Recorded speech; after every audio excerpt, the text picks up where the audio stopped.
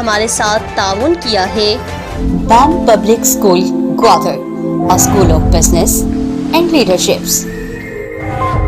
Contact 03333439361. Gwadar Golf City, a project of BSM developers. تو آپ بھی آج ہی MCB اسلامک بینک میں اپنا اکاؤنٹ کھلوائیں اور پائیں برکت اور سہولت ایک ساتھ۔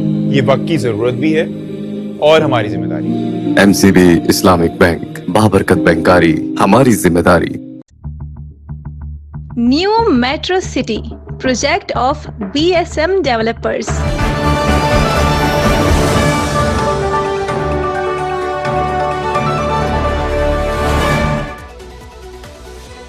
السلام علیکم۔ دی گوادر پوسٹ کے ڈیجیٹل اسٹوڈیو سے میں ہوں افروز مغل۔ دن بھر کی خبروں کو ملاحظہ کیجیے۔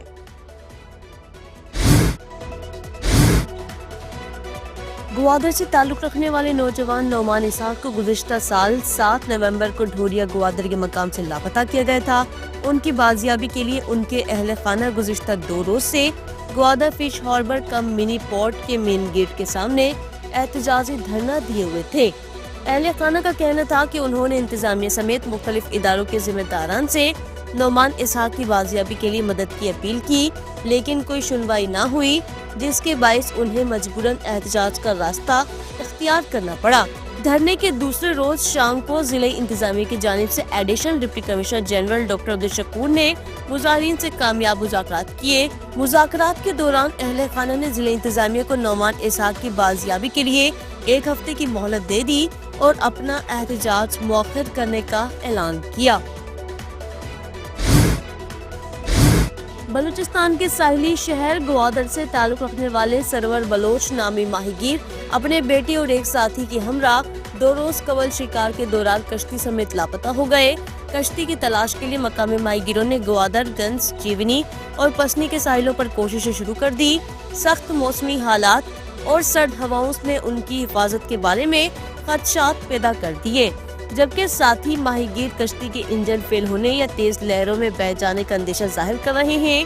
ماہی گیروں کا کہنا ہے کہ محکمہ فشریز، حکومت بلوچستان اور ضلعی سطح پر Pakistan navy, PMSA، Pakistan coast guard سمیت دیگر سمندری فورسز کی بروقت معاونت کی عدم دستیابی سے انہیں ایسے خطرات کا سامنا رہتا ہے۔ ماہی گیروں نے حکام سے مطالبہ کیا ہے کہ لاپتہ ماہی گیروں کی تلاش اور ان کے اہل خانہ کی مدد کے لیے فوری اقدامات کیے جائیں۔ گوادر پورٹ اتھارٹی کے تحت GPA ہاؤسنگ کمپلیکس میں فیملی پارک کا افتتاح سابق سینیٹر کودہ بابر نے کیا۔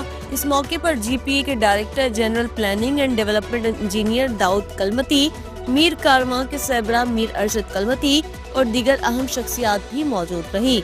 کودہ بابر نے پارک کی تعمیر کو علاقے کی ترقی اور عوامی فلاح کے لیے اہم قرار دیا اور چیئرمین گوادر بندرگاہ پسند خان بلیدی کی قیادت میں گوادر پورٹ کی ترقیاتی کاوشوں کو سراہا۔ سینیٹر کودہ بابر نے کہا کہ فیملی پارک رہائشیوں اور مقامی افراد کے لیے ایک محفوظ اور خوشگوار تفریحی مقام فراہم کرے گا۔ Director general Gwadar development authority GDA Shafqat انور شاہوانی کی زیر صدارت میں بلڈرز اور ڈیولپرز کے ساتھ اجلاس منعقد ہوا۔ اجلاس میں سابق سینیٹر کودہ بابر اور میر کاروان کے سربراہ میر ارشد کلمتی نے خصوصی شرکت کی۔ اجلاس کا مقصد گوادر میں جاری رہائشی منصوبوں اور ہاؤسنگ اسکیمز کی ترقیاتی پیش رفت کا جائزہ لینا تھا۔ ڈائریکٹر جنرل GDA نے ترقیاتی کاموں کی سست روی پر شدید ناپسندیدگی کا اظہار کرتے ہوئے تمام منصوبہ مالکان کو فوری طور پر تعمیراتی سرگرمیاں شروع کرنے کی ہدایات کی۔